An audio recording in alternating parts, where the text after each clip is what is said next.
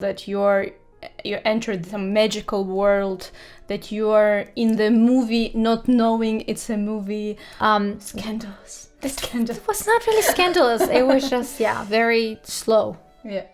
However, what I didn't understand is why this parallel storyline was happening.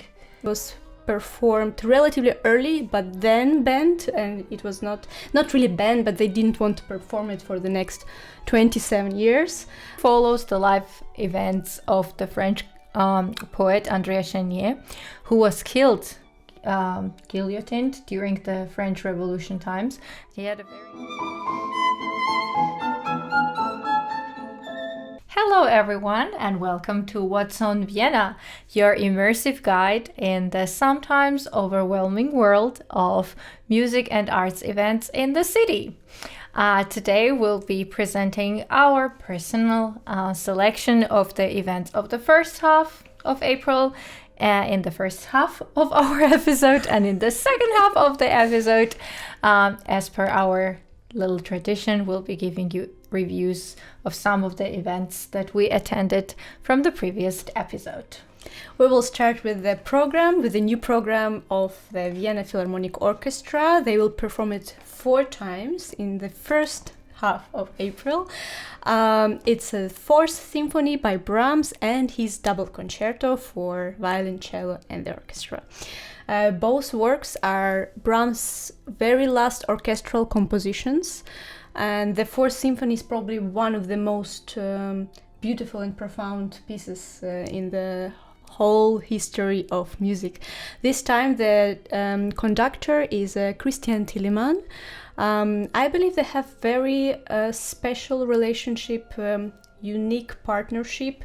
The last time I heard them with Brahms, it was magical, especially the string section, these endless lines. And it was very fresh, very natural. It seemed like it was composed yesterday. Beautiful. And double concerto will be performed by a beautiful, wonderful soloist, the violinist Augustin Hadelich and the cellist Gauthier Capuçon. This concerto is all about friendship, and not just I'm referring not just to the music itself, which has a lot of dialogues, unisons, connection, but also struggles and moment of confrontation. But the very act of creating this piece was an attempt by Johannes Brahms at reconciliation with his old friend. As you know, he had very interesting, very good friendship and relationship, creative relationship with Joseph Joachim, one of the greatest, if not the greatest violinist of the 19th century. At the time he was even more famous than Brahms. And at some point they had some personal issues and they didn't communicate for quite a long time, almost a decade. And this double concerto was this gesture towards Joachim to reconnect. So it almost worked, Joachim premiered the piece. This program is very special because it's also good for those who for whom classical music is a very big part of their life, but also for those who are just entering this world. So highly recommended.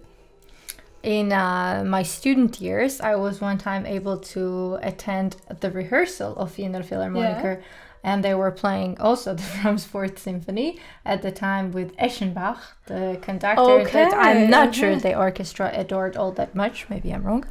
But what truly impressed me is that the level of knowledge and familiarity with the piece that the orchestra had was incredible, out of this world. It was like they were composing it as they went. That's how personally that felt. was exactly my impression when I listened to them. So it's definitely going to be great. Okay, I will continue. As per our tiny little tradition, I'm always starting with operas, and every episode I'm saying, if you don't have less flexibility with your time, go to anything you'll see in Staatsoper. And I think that this statement was particularly true for the beginning of April. It was not very easy to choose an opera I wanted to present because they are doing a lot of the staples of the Staatsoper repertoire, like Mozart and some Richard Strauss. However, I saw on the program an opera that is not done all that often, which is Andrea Chénier by Umberto Giordano.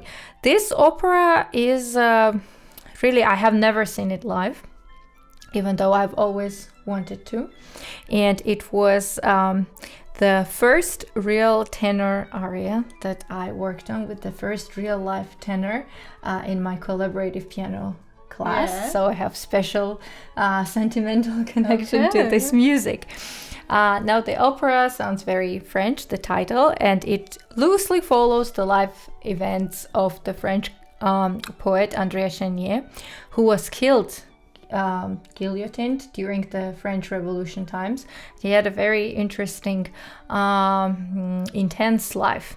And the opera is in the verismo style, so it's from the late 19th century, and it's in a way like a stereotypical, in the best way possible, Italian opera with wonderful, beautiful melodies and big arias.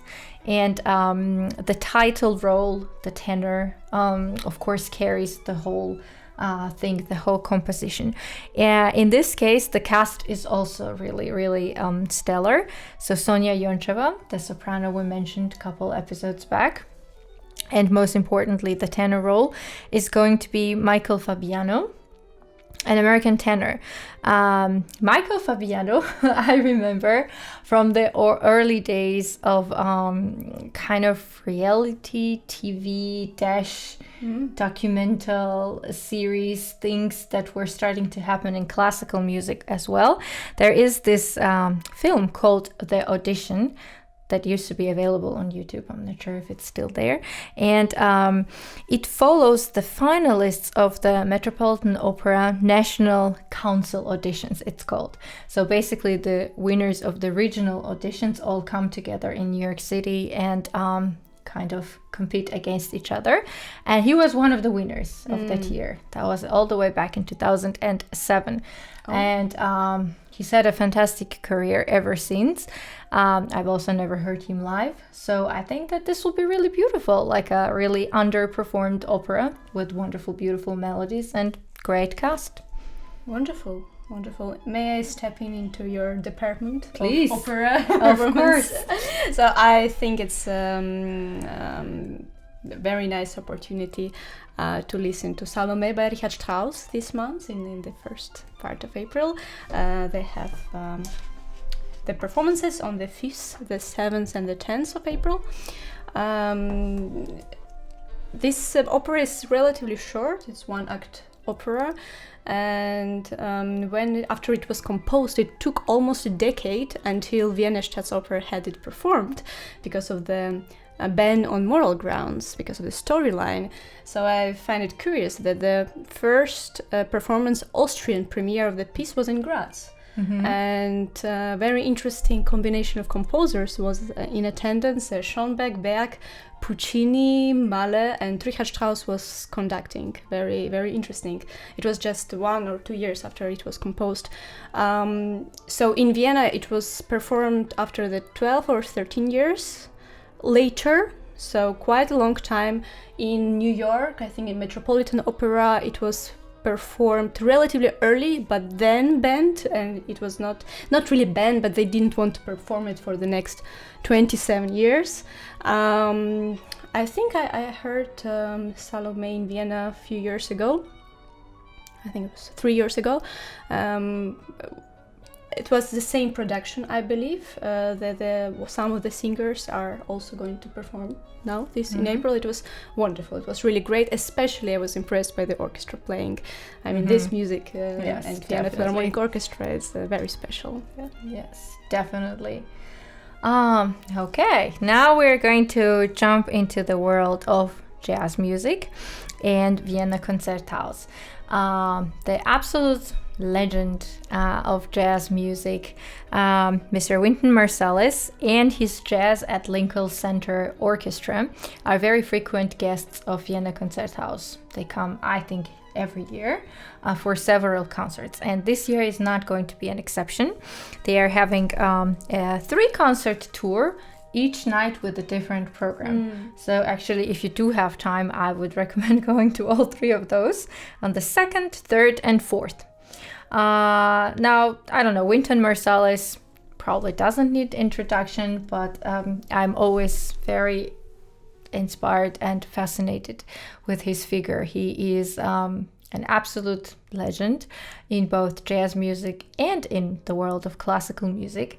He is notably the first person to ever win Grammy in the same year in both categories of jazz and of classical music. He is a phenomenal trumpet player.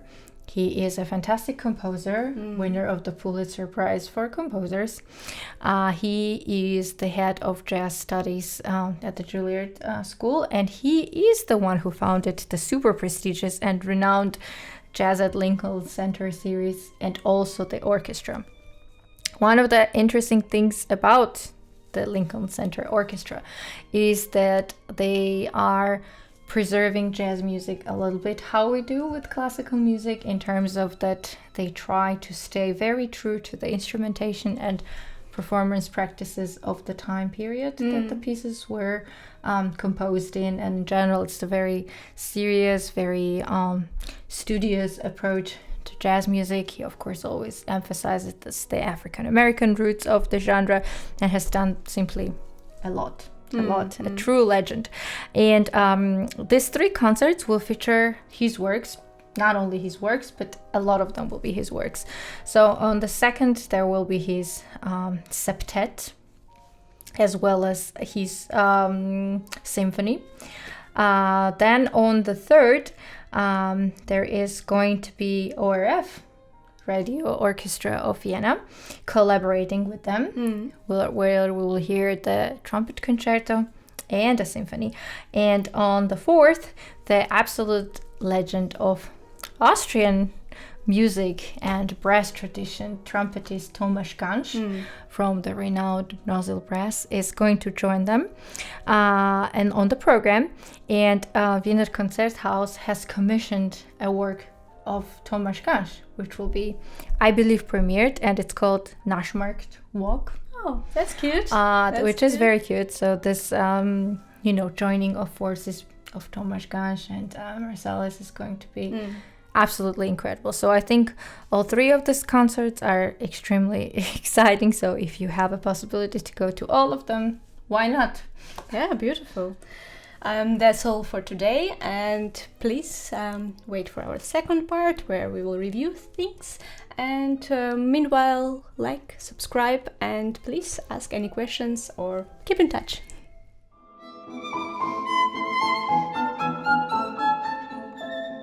Welcome back. Now is the time for the 2nd part, the review part.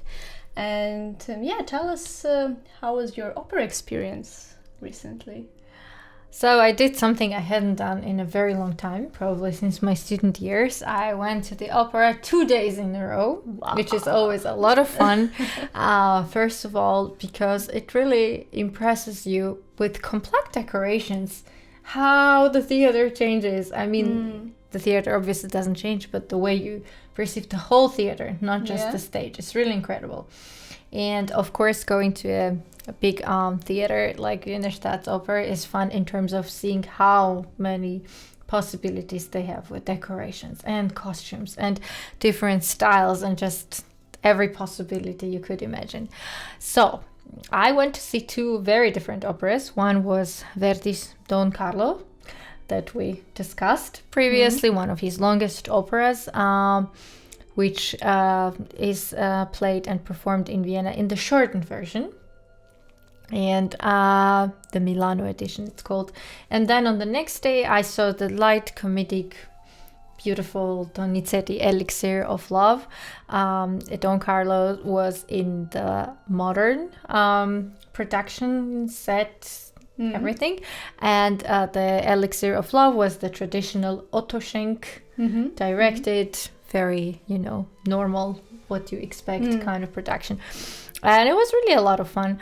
I personally have a very big soft spot for Donizetti and Rossini operas, so it's always a big joy for me. I was very excited.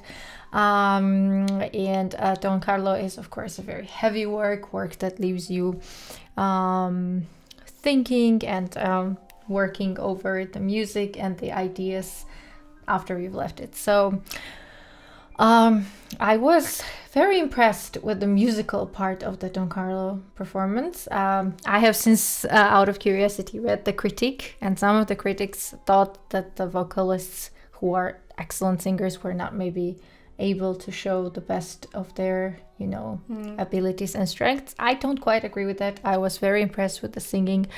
I thought the voices were absolutely magnificent. Especially the main female soprano role carrier, Nicole. I believe she's an Australian soprano with a very big career. Wonderful, absolutely wonderful singing. I thought the orchestra played beautifully. What I didn't quite like, is not even the correct word, is that understand was actually the production. I would not say it was the worst of the modern productions. That would not be fair. I've seen worse. It was just weird, honestly, for the lack of a better word. It had like the storyline in parallel to the storyline. Okay. And the parallel storyline seemed really unnecessary to me. And I understand that the idea was kind of to freshen up the work and show you, I guess, different dimensions. It was just strange. It was strange. Was it set in a particular time period, or? It was set in, I don't want to misquote this, Institute of Historic Costumes or Historical Costume Studies of Spain. So it so happens that there's this institute, and they tell you what the costumes of this court, because these are real historical figures that are depicted in the opera, and what their costumes are. And then you have an actor, because they didn't sing, standing naked on stage. But not facing the audience, but you see their back, everything naked. And then they're being very slowly getting dressed in this historical costumes. I see, okay. And then they stand there kind of like frozen. Okay. And then the rest of the cast, they start out in like modern clothing. But then at some point, this was kind of cool, I have to say. They pick out cool. the very simplified version of traditional costumes. Yeah. And they kind of put them on top of what they are wearing. So they kind of like pull this like bouncy bottom skirts, and then it turns into this, they kind of like a, dress and everything. The costumes were interesting. That I had no problem with.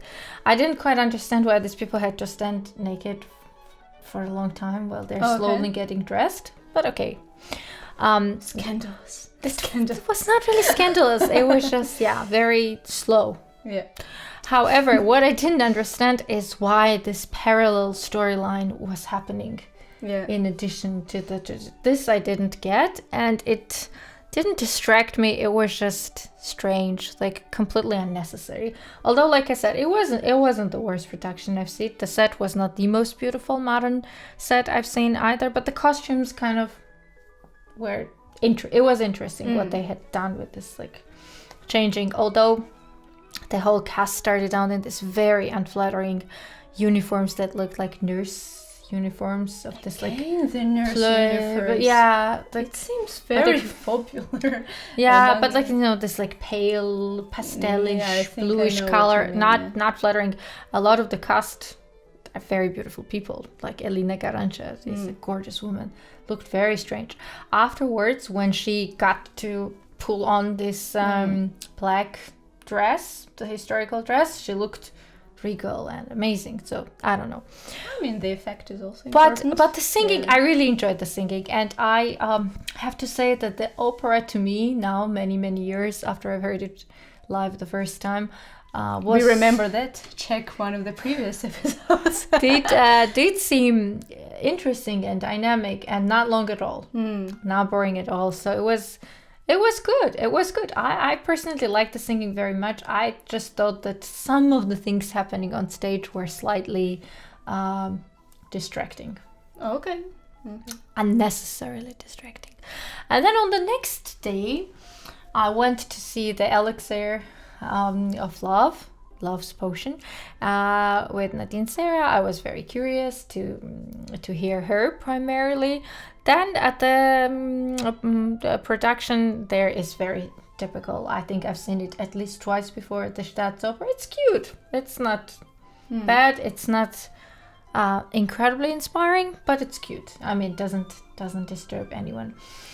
I don't know if it was maybe the musical depth of the work actually side by side like this or something else, but musically it left me much colder and didn't really touch me so much. So it was, even though the critique that it got is quite a bit better and was also beautifully performed, I personally was not as emotionally engaged with it. I think it could be the music itself. Potentially the quality of singing, I'm not sure, but I think primarily I stand corrected. Then maybe indeed the Donizetti is not so much my thing. I don't know. But it was really fun. I'm very glad I did it. I was not sure I'd have the energy to go twice to the opera, but I did it, and it was very pleasurable. So that was very nice. That was very fun. Yeah. If you have attended these particular performances, please share your thoughts, and we can also discuss it next time. But we had previously teased that we would be attending an event together also this week, which is slightly out of the realm of what we discuss, and maybe you could share your thoughts on that. Sure. We went to see the Cirque du Soleil. That was my first experience. For you it was not the first time, so I was very excited to see, and as you may know, it's they started in the 80s in the Canadian production. The authors of Du Soleil are Canadian, and they don't have animals, of course, so it's purely a performance act, acrobatics, and everything related to that. So I had quite high expectations after what you've told me. I love Cirque du Soleil. Yeah. But I was, after all, I was not impressed by the things I was going to be impressed. I thought that I will be impressed by the acrobatics part of it, by the risk-taking situation, and it will be somehow fear-related, like in the audience. But I was extremely impressed by the performance, by the acting part of it, and by the visual part. Like the moment we entered the chapiteau, you immediately felt that you entered some magical world, that you are in the movie not knowing it's a movie, because they had some kind of introduction act before the actual performance. So they were already moving on the stage, the music was playing, the light was some play with the light was there. It was incredible. I was completely stunned by it, and it was like that the whole performance. So that was the most impressive part for me, and the costumes, the details with such they were made with such attention to the details, and it was so believable. But also the beautiful music, like people performing live is really great. The musical part is, in my opinion, always very strong at Cirque du Soleil. Almost as important as everything else. They take it very seriously. They audition and engage wonderful people who performed absolutely great. So the world building was, in my opinion, also absolutely incredible. Unlike you, I did have moments of like high adrenaline where I got really stunned by the acrobatics. Could be because I am myself so unsporty, and and everything slightly out of the ordinary that people can do completely blows my mind. So a couple of acts I thought were just wow, and I was like almost like shaking.